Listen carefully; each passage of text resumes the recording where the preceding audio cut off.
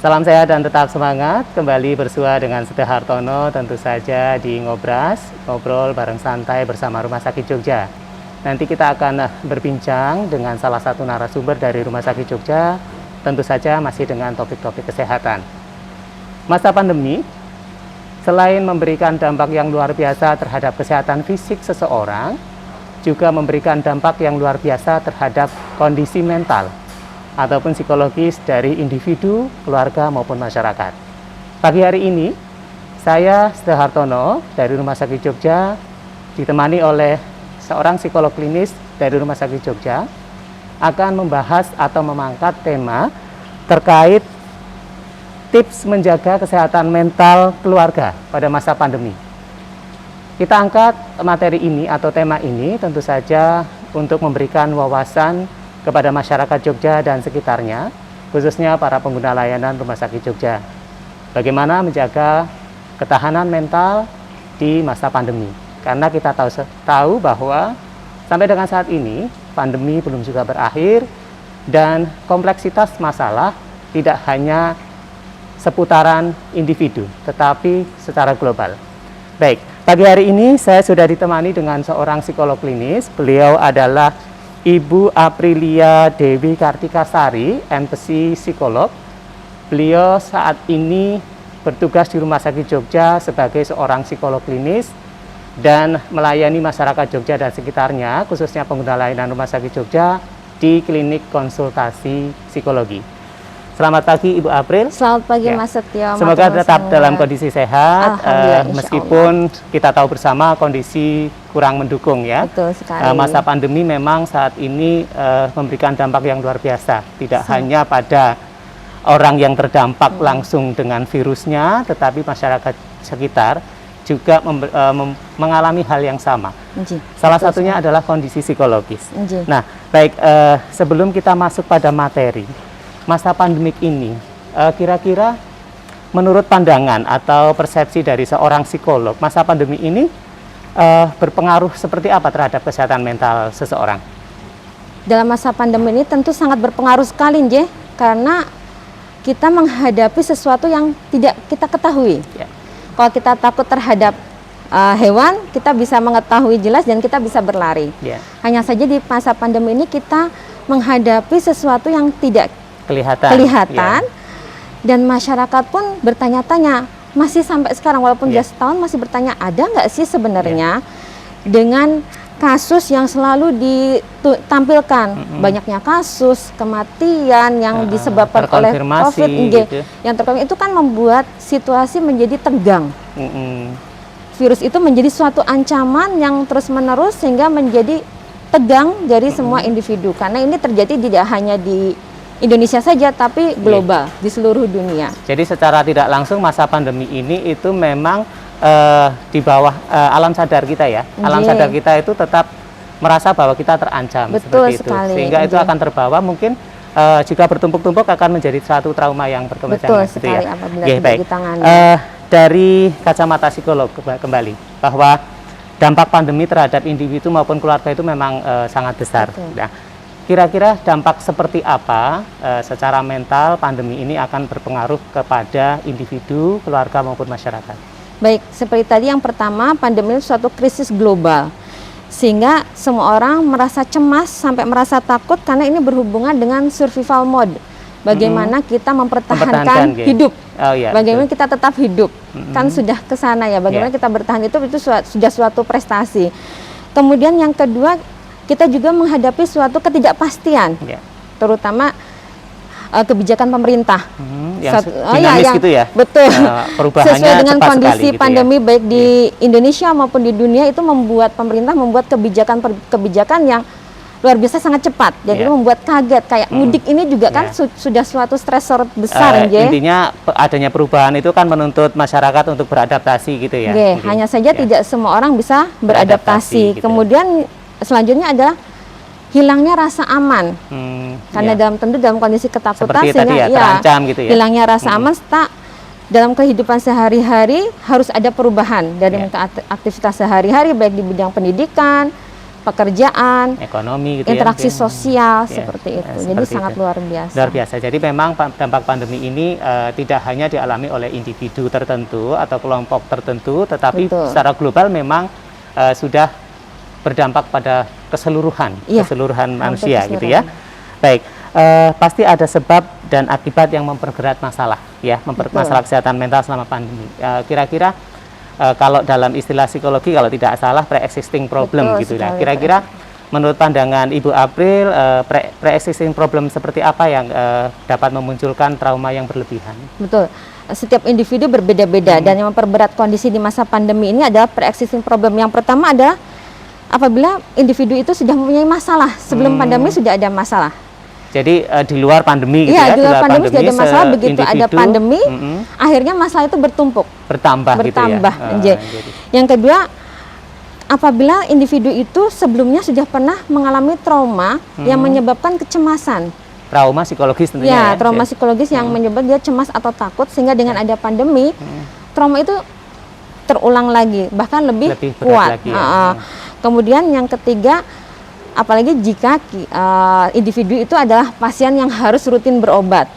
Gitu. Yang Dengan mau kondisi, tidak mau harus mobilitas ke rumah sakit, ya, gitu ya. dan beberapa, apalagi waktu awal-awal itu kan, apabila tidak emergensi, tidak perlu ke rumah sakit, sehingga kan gitu. ada yang putus obat, ada yang putus terapi, seperti itu. Selain itu, perasaan tidak berdaya. Ada perasaan tidak berdaya apabila memang kondisi dia tidak memiliki social support group yang mendukung. Ya, gitu. Seperti itu. Jadi seperti itu.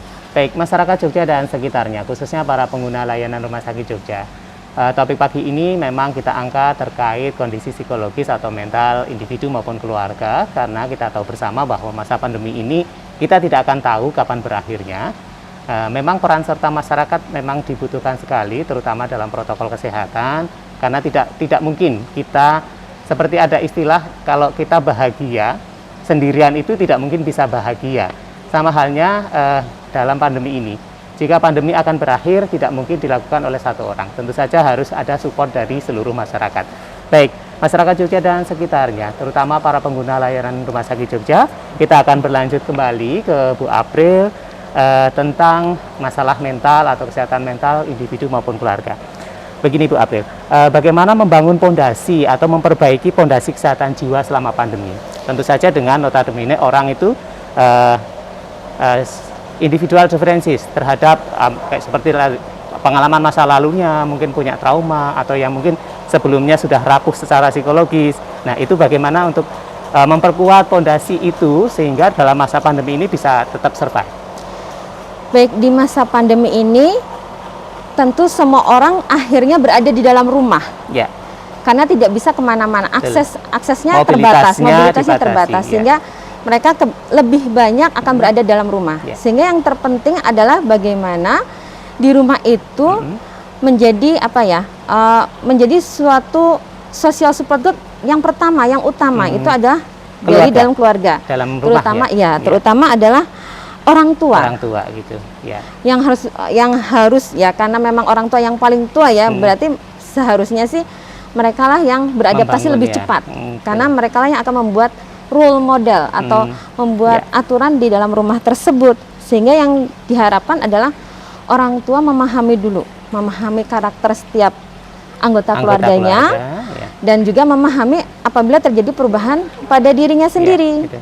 Seperti itu, apalagi kalau orang tuanya di rumah itu ternyata tidak hanya ada ayah, ibu, anak, ternyata ada kakek, nenek atau yang lainnya yang menjadi tanggungan. Baik. Jadi intinya bahwa support system dalam keluarga itu dibangun sedini mungkin, gitu ya. Betul sekali. Kemudian juga dari keluarga juga harus memiliki problem solving yang kuat atau problem solving yang tepat di masa pandemi. Baik, kembali. Tadi disinggung bahwa keluarga itu ada orang tua, kemudian ada anak, ada mungkin kakek, nenek, gitu dan sebagainya. Nah, jika pada satu kondisi keluarga di mana keluarga itu memiliki anak dalam usia sekolah, kita tahu bersama bahwa kebijakan pemerintah di masa pandemi adalah dengan adanya sekolah melalui daring. Tentu saja ini membawa dampak yang luar biasa. Nah, bagaimana tips untuk orang tua yang khusus memiliki anak-anak usia sekolah seperti ini di masa pandemi? ini suatu hal yang luar biasa ya bagi orang tua untuk beradaptasi menjadi peran ibu guru dengan ya. anak siswa. Ya. Karena biasanya seorang ibu dan anak itu hubungannya kan cenderung lebih ladeni, Ya. ngomong kayak gitu, sehingga padahal dalam dunia pendidikan itu harus mentransfer ilmu. Ya. Jadi ada peran formal betul, ya. ada peran formal gitu itu ya. yang luar biasa. Ya.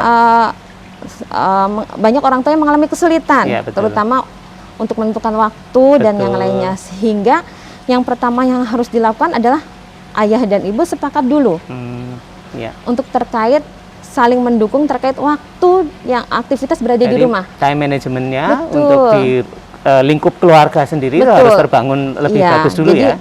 Ayah dan ibu harus sepakat dulu sehingga anak itu kan tinggal ngikut. Ya. Misalnya jangan sampai aktivitas sehari-hari itu berubah terlalu besar. Jadi kalau misalnya saat sekolah biasanya bangun pagi dan mandi, ya usahakan tetap bangun pagi, mandi, kemudian bersiap untuk Jadi belajar. pola aktivitasnya meskipun berubah, tetapi mengikuti pola aktivitas sebelum pandemi, gitu ya. Jadi kalau memang jam belajar untuk usia-usia sekolah, ya pagi dibiasakan dengan kondisi-kondisi seperti di sekolah, meskipun ada di dalam rumah. Ada dalam gitu rumah, ya. karena anak-anak itu kan memang pada jam-jam sekolah sudah terbentuk ya, bangun pagi, sarapan, kemudian bersiap untuk belajar. Walaupun belajarnya tentu tidak semaksimal di sekolah gitu bersama ya. guru, dan sayangnya tidak semua orang tua juga memahami kondisi anak.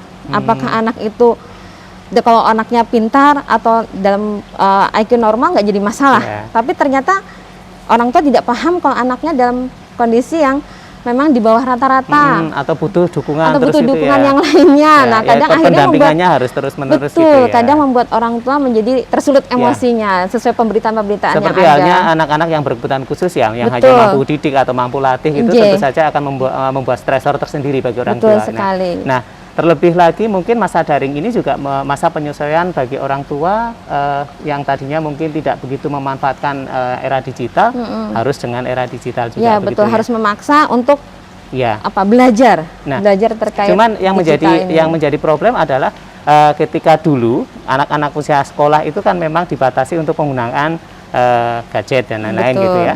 Nah, kalau seperti ini tipsnya gimana Bu April untuk menghindari bahwa anak itu akhirnya terjerumus gitu ya, tanda kutipnya terjerumus, justru memanfaatkan digital itu tidak untuk belajar tetapi untuk hal yang lain. Oleh karena itu harus diketahui usia anak. Kalau usia anak SD, SMP, saya kira pendampingan masih sangat penting. Pendampingan sangat penting. Jadi saat dia daring kita dampingi. Atau misalnya ibu harus sibuk dengan pekerjaan yang lain, minimal dilihat, ada evaluasi ya, betul, dimonitor gitu ya. Kalau anak yang sudah besar biasanya memang agak sulit. Yang penting ada kesepakatan dengan anak-anak yang sudah lebih besar terkait belajar dan penggunaan HP untuk hal-hal yang lain.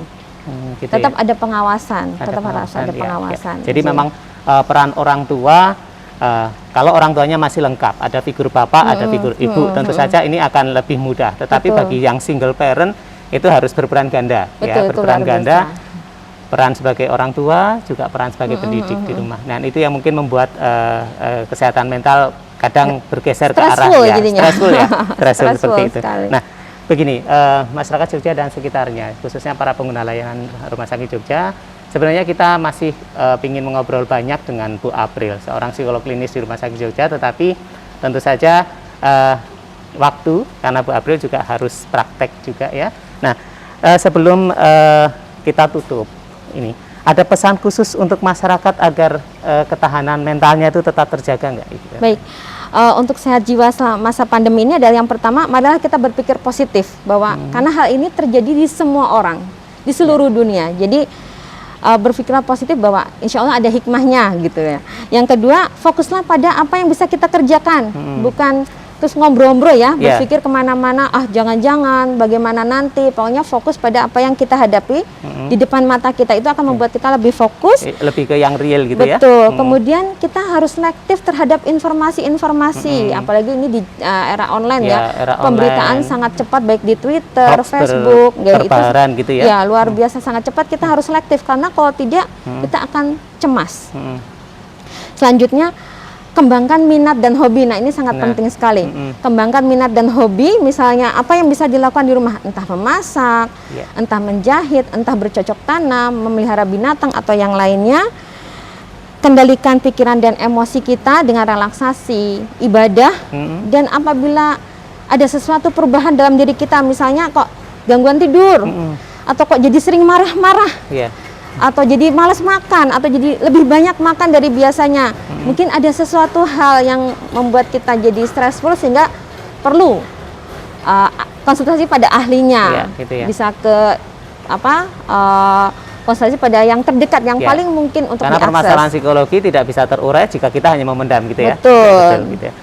Itu cukup itu saja. Kemudian gini, masyarakat Jogja dan sekitarnya, khususnya para pengguna layanan Rumah Sakit Jogja, bagi Anda yang mungkin belum pernah mendapatkan informasi bahwa Rumah Sakit Jogja memiliki layanan konsultasi psikologi, di mana ada seorang psikolog klinis yang akan membantu Anda terhadap permasalahan-permasalahan psikologis yang Anda alami. Tentu saja bisa mengakses layanan kami di klinik konsultasi psikologi.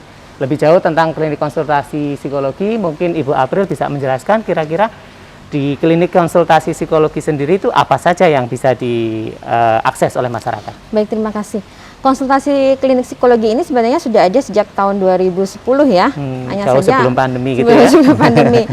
Untuk mengaksesnya sangat mudah, bisa melalui klinik jiwa ataupun bisa melalui klinik anak. Atau untuk yang BPJS tentu harus sesuai dengan kliniknya ya. Kalau untuk yang atas permintaan sendiri bisa melalui klinik jiwa.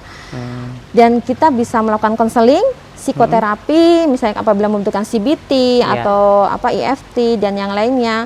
Kemudian juga pemeriksaan psikotes biasanya untuk kesiapan masuk sekolah, untuk minat bakat, untuk kita mengetahui kepribadian kita, ataupun untuk kinerja. Juga untuk masalah-masalah personal gitu ya, misalnya konseling keluarga, konseling anak, konseling pernikahan, itu juga bisa kita lakukan. Ya begitu. Baik, terima kasih Ibu April. Jadi begitu masyarakat Jogja dan sekitarnya, khususnya para pengguna layanan Rumah Sakit Jogja, jangan terlalu cemas atau khawatir jika Anda merasa memiliki gangguan atau permasalahan-permasalahan seputar psikologi, karena Rumah Sakit Jogja hadir untuk Anda memberikan layanan konsultasi psikologi jika Anda membutuhkan, dan kami rasa itu akan tepat apabila Anda mengungkapkan permasalahan psikologi langsung kepada ahlinya, bukan kepada orang yang belum tentu bisa memberikan solusi yang tepat. Baik, masyarakat Jogja dan sekitarnya, sebelum kita tutup, kami dari Rumah Sakit Jogja tetap memberikan himbauan, mengajak masyarakat Jogja dan sekitarnya, khususnya para pengguna layanan Rumah Sakit Jogja, bahwa di era pandemi ini, mendekati masa-masa Hari Raya Idul Fitri, tentu saja dengan sukacita sebelum pandemi kita menyambut Hari Kemenangan. Tetapi perlu diingat bahwa saat ini masih dalam kondisi pandemi. Tetap mematuhi dan menerapkan protokol kesehatan 5M, memakai masker, mencuci tangan, menjaga jarak, menghindari kerumunan, dan membatasi mobilitas serta interaksi. Dari Rumah Sakit Jogja, saya Setora Hartono, mohon pamit undur diri. Terima kasih Bu April. Kita bertemu di edisi berikutnya, tentu saja masih dengan topik-topik kesehatan yang akan bermanfaat untuk masyarakat Jogja dan sekitarnya, khususnya bagi para pengguna layanan Rumah Sakit Jogja. Terima kasih, selamat pagi, salam sehat, dan tetap semangat.